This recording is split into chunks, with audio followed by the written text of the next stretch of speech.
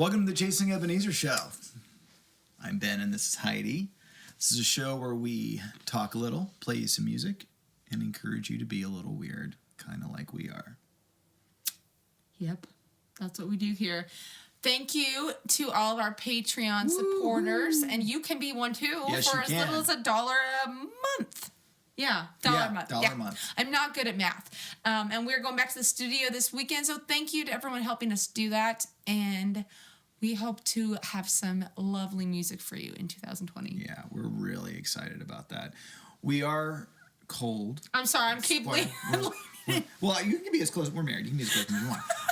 We're not in an ice house. We're actually in our living room right now. Portland's cold really this week. So anyway, sorry that we're not less bundled up here. But So today I wanted to talk a little bit about comparison and inspiration, because I think my understanding of inspiration has matured as it should have been.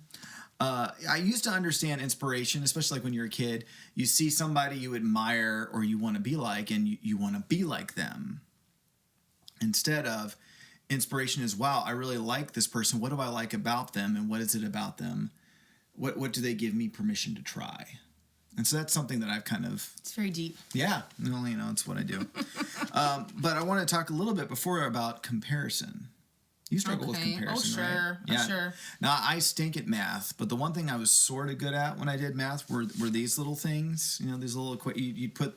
You'd have two numbers, you had to decide which one was greater and which one was less. I was terrible at that. I always got confused. So this one, so it says that I'm greater than Heidi, which is totally not true. No, I would disagree. This one says that Heidi's greater than me. Little math lesson. No. Or that we are equal. And these can be helpful tools, and they can also be hurtful. How has comparison played out in your life? Oh. Well, I'm not an eloquent speaker all the time, clearly. I struggle with jealousy and envy and have to battle that a lot. So, I'm also, I'm going to be vulnerable, however you say that word. No, every episode you probably see how I have trouble speaking English. But, I'm not a soprano, and I have a lower singing voice. And so it's easy for me to feel really insecure about that. And like, I don't have that range or that range. And then that just makes me feel bad. So I think you have a great voice. Oh, thank you. But I don't have a range like you do. I can't sing, and I can't sing as high as you do, so... Yeah. That's hard. I'm so sorry. But you inspire me because you sing with emotion. So I can do that. You can do that. I can do that very well. I'm a little emotional. If you don't know that, if you can't tell by now. Yeah, I definitely struggle with envy with other musicians when I was younger. It's like, why can't I be like that person? How it plays out for me now is more when I feel like other people are getting attention that I deserve. Oh. I even hate saying that out loud, but that creeps up in me. Yeah. And it's really, that's I could have told you that. Yeah, I know. You're more aware of me than I am. So that kind of stuff's pretty unhealthy. Is there ever a time where you feel like comparison actually is a good thing? Probably. Sometimes I like to compare different, I like some coffees better than other coffees. I don't know. Okay. I mean, I'm sure there are situations where it is good. Why don't you tell us what you think out there? We clearly need a whole lot of help. I'm going to tell you what I think. Okay, why don't you share with us what your answer is? I have an answer. It may not be the answer. I think that, comparison can be good when you are trying to assess where you're at skill-wise. So let me give you an example. One of the songs that we're going to be recording is a song that I play flamenco guitar on. Now, I had to learn how to play flamenco guitar, so I had a book and I had a recording, which having those two things is very important, because I can think I'm playing the exercise right in the book, but then I listen to it and I'm like, I'm not playing this right at all. This doesn't sound anything like it's supposed to. And so comparing that helps me see where I'm at skill-wise and where I need to improve. I think that's a positive thing. I think where it becomes damaging is where, like you were saying, comparing voices. I don't sound like this person, therefore I am a bad singer. Therefore, I'm not worth anything. When comparison has to do with your identity and not your skill level, that is where I think it can become unhealthy. Very, very wise. Yeah. You're a wise one. So let's move to inspiration.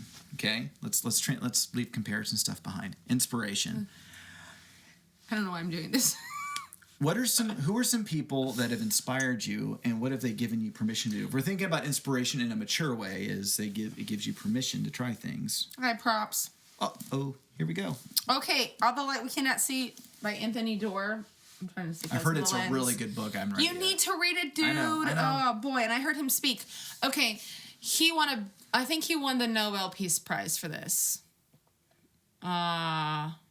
A big prize like that. So it took him 10 years to write that. Oh my word. That gives me permission to know that sometimes the really valuable works take a really long time. So that's inspiring to me that he took that many years to write this book and to craft it so that, I basically was so sad when the book ended because it was that good.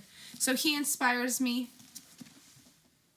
My turn? Your turn. I'm going to give you a turn. Yeah. I'm going to have to say, I listened to a record this recently by a guy named Fink, and you should go listen to him because he's really good. He released a new record, and what I like about Fink is that he kind of takes he has a history as a DJ, and now he's like this acoustic singer-songwriter, and he kind of blends fusion, like the electronic and popish kind of stuff with his acoustic guitar, and it sounds good, and it gives me permission to not keep my world separate.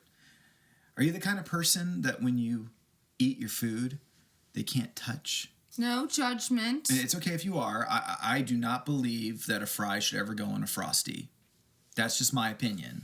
But I can be wrong. I am a sweet and savory combination person. But I realize I'm kind of like that way with music. It's like ambient music, which I absolutely love. Talked about that last week. And like this, folky, funky groove rock, I really like too. And I feel like they can't touch each other. And it kind of gives me... You'd be wrong. I would be very wrong. And so it gives me permission to kind of blend the two together. So that's something that inspires me. Yeah, and I'm inspired by Mr. Jim Fielder, who is on this album here, The Blood, Sweat, and Tears. It's one of This guy is awesome. Oh, man, this is him. We met him, and he was so inspiring. He's had this amazing music career, but he's so humble and so kind and encouraging to musicians who are, not at that stage in their career. And so it was just really inspiring to meet him and be able to play with him and just see the love that he has for music. So other musicians and people who encourage and are humble about, that's really inspiring. It reminds me to encourage other people. That's what we're trying to do for you here. Yeah. Cool. So your prompt for this week, is to take this inspiration tool, this mature inspiration, and apply it to yourself. Who is one artist that's inspired you, and what are they giving you permission to try? And try that thing this week. It could be anything. So I'm going to put no parameters around it. The song that I'm going to do, I'm going to play an instrumental because we're recording our vocals tomorrow. We're trying to give our voices a break.